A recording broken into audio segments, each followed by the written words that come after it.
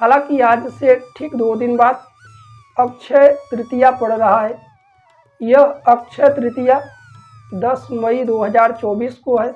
अक्षय तृतीया के साथ साथ युगादि तिथि भी है और इस दिन भगवान नर और नारायण, भगवान हयग्रीव व परशुराम के रूप में जन्म हुआ था भगवान श्री कृष्ण जी का।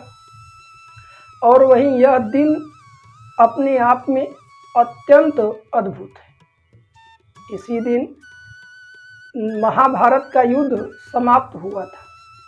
इस दिन सोना, वस्त्र, आभूषण, वाहन आदि खरीदना अत्यंत शुभ माना गया है। साथ ही साथ जो भी शुभ कार्य करे, जैसे इस समय कोई भी जप किया जाए, तप किया जाए, पूजा पाठ, होम, ध्यान, कीर्तन, सत्संग आदि किया जाए, इस सब का अक्षय पुण्य फल प्राप्त होता है। अक्षय अर्थात कभी नष्ट ना होने वाला फल।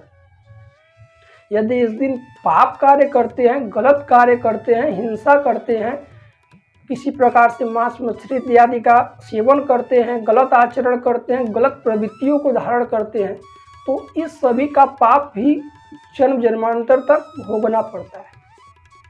अभी वर्तमान में हम सभी जो दुख प्राप्त कर रहे हैं वह कहीं ना कहीं हमारे पूर्व के कर्म है, उसी का वर्तमान में दुख मिल रहा है। और वर्तमान में जो हम लोग सत्कर्म कर रहे हैं, चाहे वह अच्छा हो या फिर बुरा हो, या आने वाले दिनों में इसका परिणाम और फल मिलेगा। इसलिए पूर्व में जो हुआ उसे भूलें और वर्तमान को व्यर्थ ना करें।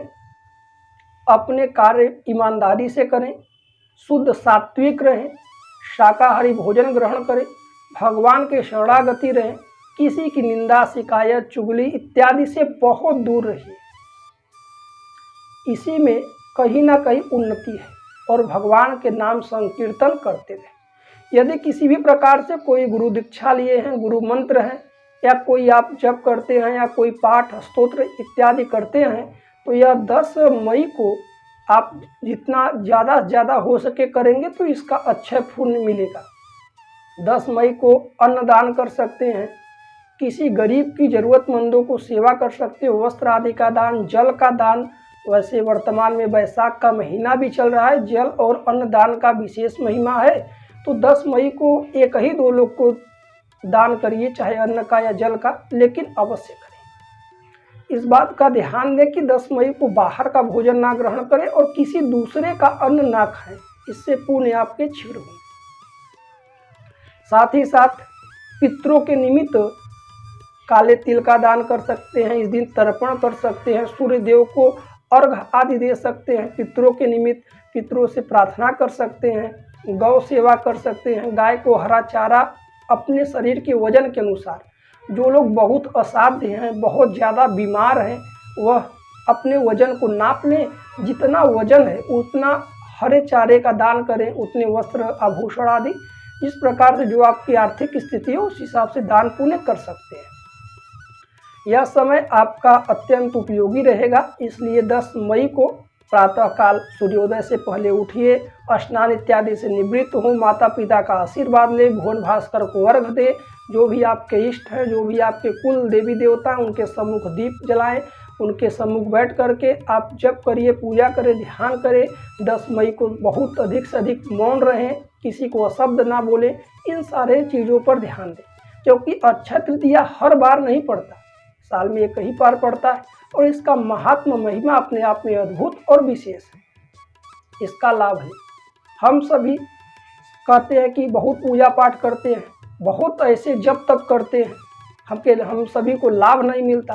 तो जितना जप तप करते हैं उससे कहीं अधिक गलतियां करते हैं।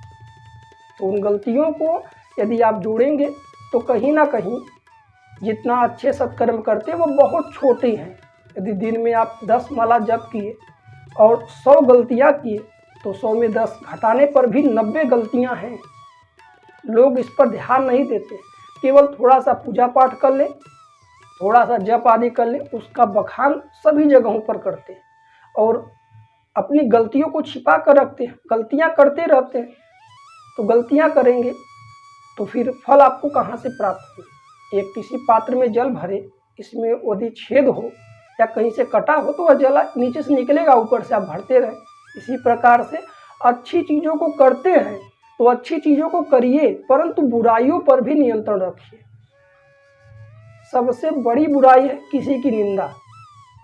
वाणी पर ध्यान दें, किसी की निंदा इत्यादि ना हो, मांस मुद्रा इत्यादि का सेवन ना हो, शुद्ध शाकाहारी भोजन करें, भगवान के प्रति श्रद्धा भाव हो और अपने कार्य में ईमानदारी दिखाते रहें।